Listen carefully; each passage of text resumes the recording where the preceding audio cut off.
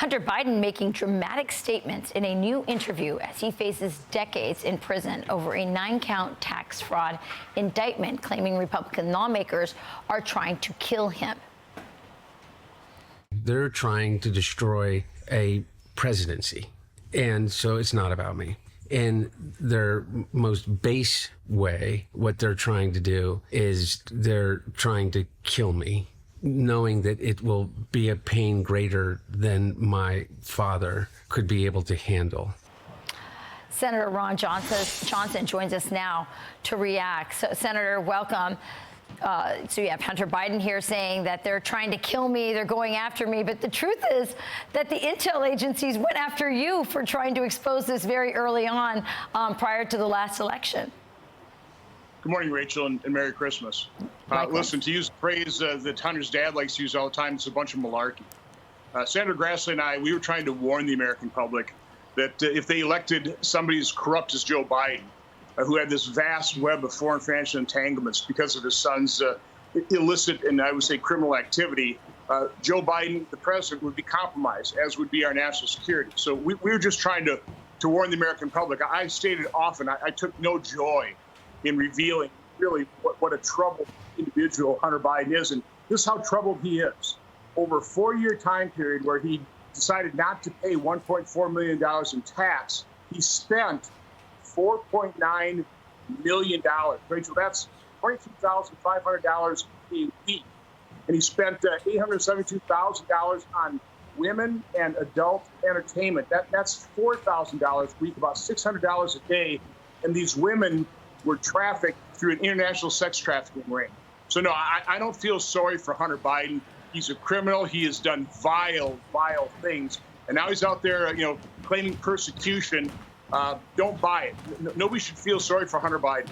Yeah, but, the Biden family business is really about Joe Biden. He's the product. Do you believe that these, indictments, or even more importantly, the investigations that hopefully will continue in the House and in the Senate, will those start to lead down the path of Joe Biden, where in the past, they've used, the DOJ, the FBI, to basically block the investigations that would lead to Joe Biden?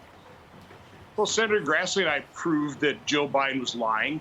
The evidence continues to mount. Now we know that Joe Biden had transferred into his account $40,000. These are supposedly loan repayments, but show us the loan documents, show us the interest payments. So no, I really appreciate the work that Chairmans Comer and Smith and Jordan are doing. They're filling in the piece of the puzzle here.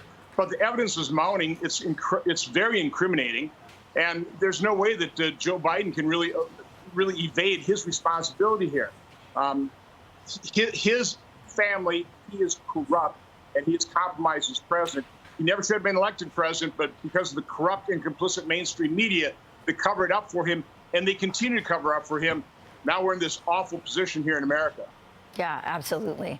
By the way, you should feel so vindicated on so many levels, including when it comes to healthcare and big pharma. Right now, we know that the U.S. is facing some shortages. Shortages are hitting a record high. Lawmakers are warning that they could mean life or death for millions of patients. Talk to me about these shortages. Why are they happening? Because we did see so much of the weaknesses of the American health system exposed during COVID, including shortages and supply chain issues. Why weren't those things corrected? What can we do now so Americans don't suffer?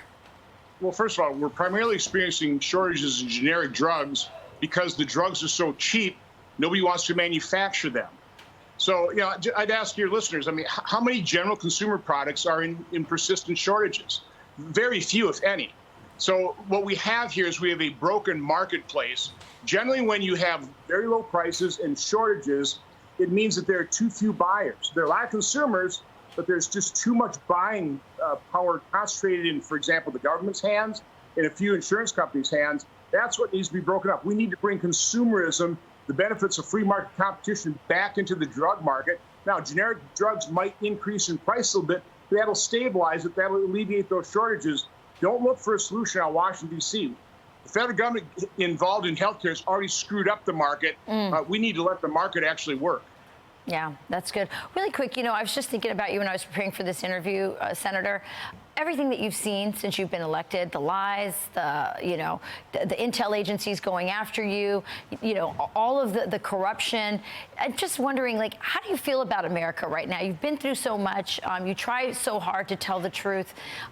Are we going to ever go back to being that, shining city on a hill? Do you feel hopeful about America? Well, Americans are good people. I mean, we're concerned about each other. We want the best for our fellow citizens. We want the best for people all around the world. So Americans are good people, but we are being very ill-served by government. And one of my missions is to try and wean as many Americans off the federal government as possible. Understand, the federal government doesn't solve problems. It exacerbates problems. So defend your individual liberty and freedom and recognize we're not a naturally divided people. These are individuals, people like Joe Biden, people like the radical left, that are purposely dividing us, which right now I would say our division is probably the greatest threat to this country. So resist it.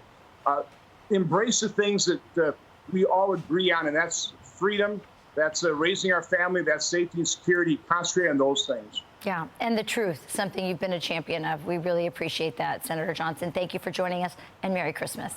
I'm Steve Doocy. I'm Brian Kilmeade. And I'm Ainsley Earhart. And click here to subscribe to the Fox News YouTube page to catch our hottest interviews and most compelling analysis.